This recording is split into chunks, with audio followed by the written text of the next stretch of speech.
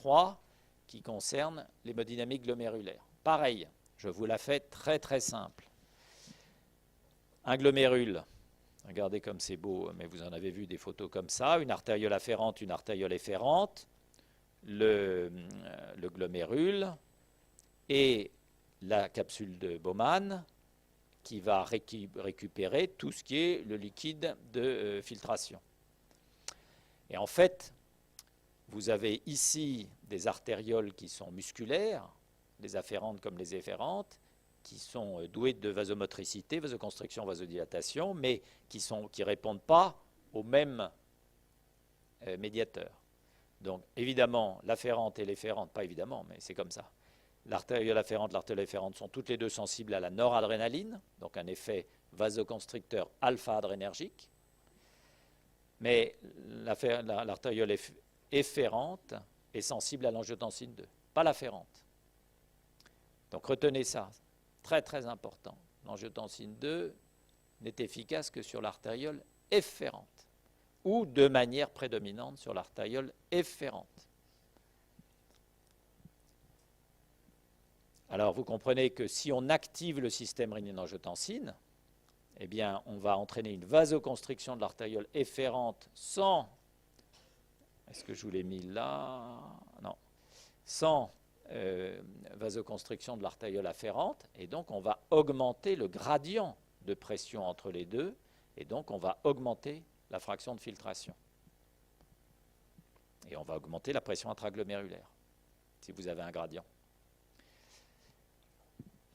Donc toute augmentation de la pression intraglomérulaire et de la fraction de filtration au long cours sont délétères, il faut le savoir. C'est une des découvertes des années 80. Alors qu'est-ce qu'on fait en donnant, et on est d'autant plus délétère que le rein a été abîmé par de l'hypertension au long cours, ça s'appelle la néphroangiosclérose, ou qu'il a été abîmé par du diabète au long cours, ça s'appelle la néphropathie diabétique. Donc hypertension, diabète égale un remodelage des artérioles du rein et du glomérule, et donc un effet délétère de l'angiotensine 2. Quand vous donnez un IEC ou un ARA2, ben vous dilatez l'artériole efférente, vous diminuez la pression dans la capsule, vous diminuez la fraction de filtration. Et toute réduction de l'hyperfiltration, toute réduction de l'hypertension intraglomérulaire sont néphroprotecteurs au long cours.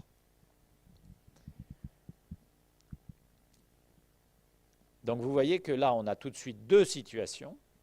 On a une situation où il y a des maladies associées, une maladie rénale d'hypertension au long cours, une maladie diabétique, néphropathie diabétique au long cours, et puis vous avez une autre situation où c'est un sujet hypertendu qui démarre son hypertension artérielle, qui n'a pas du tout abîmé ses organes cibles encore, parce qu'il faut des années bien entendu, et donc les schémas ne sont pas forcément les mêmes. Donc ça, je vous ai mis en place cette physiopathologie parce que tout à l'heure, dans les effets indésirables, dans les facteurs de risque, etc., les situations à risque, je vous parlerai de l'hypovolémie, de la sténose de l'artère rénale. Donc vous pouvez mettre tout de suite confère, hypovolémie, sténose de l'artère rénale. On refera appel à ces notions-là. On avance maintenant sur les effets métaboliques.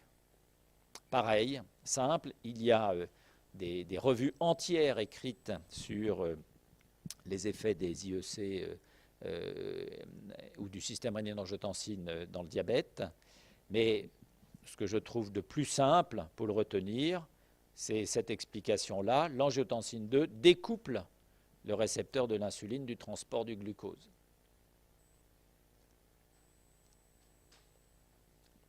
Donc, une hyperactivation du système rénine-angiotensine au long cours aboutit à moins de transport du glucose et à de l'insulinorésistance. Donc les IEC, comme les ARA2, c'est pareil, vont diminuer le nombre de nouveaux cas de diabète. Ils vont diminuer l'insulinorésistance, j'aurais pu vous l'écrire aussi, et ils vont diminuer le nombre de nouveaux cas de diabète. Et ça, c'est parfaitement démontré dans les méta-analyses. Donc, c'est des effets métaboliques qu'on appelle neutres sur les lipides. Rien ne se passe. Mais sur le diabète, c'est très important, ils sont protecteurs. Alors que, on le verra avec les bêta-bloquants par exemple, ou on le verra avec les diurétiques, les bêta-bloquants et les diurétiques, eux, augmentent le nombre de nouveaux cas de diabète.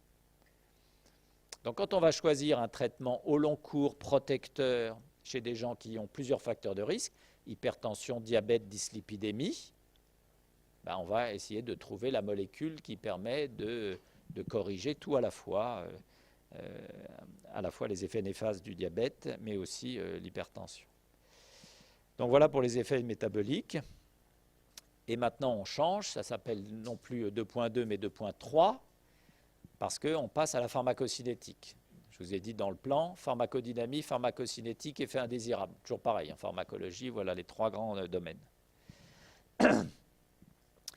Et donc, je vous parle des trois premiers inhibiteurs d'enzymes de conversion commercialisés, en sachant que ce ne sont pas forcément les plus prescrits.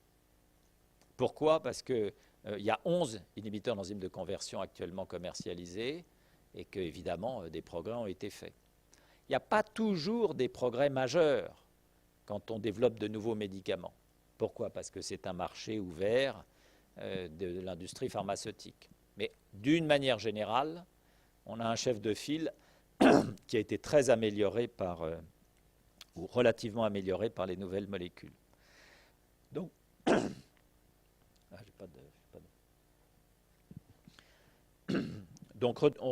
je vous apprends toujours le chef de file, et puis à partir du chef de file, un ou deux qui vous montrent les progrès. Donc le premier médicament qui a été une révolution, c'est le captopril, l'opril, et maintenant vous n'apprenez plus que les génériques. Le captopril qui a une bonne biodisponibilité, vous voyez, 75%, mais une demi-vie d'élimination qui est courte, 2 heures. Une durée d'action qui est courte, 6 à 12 heures.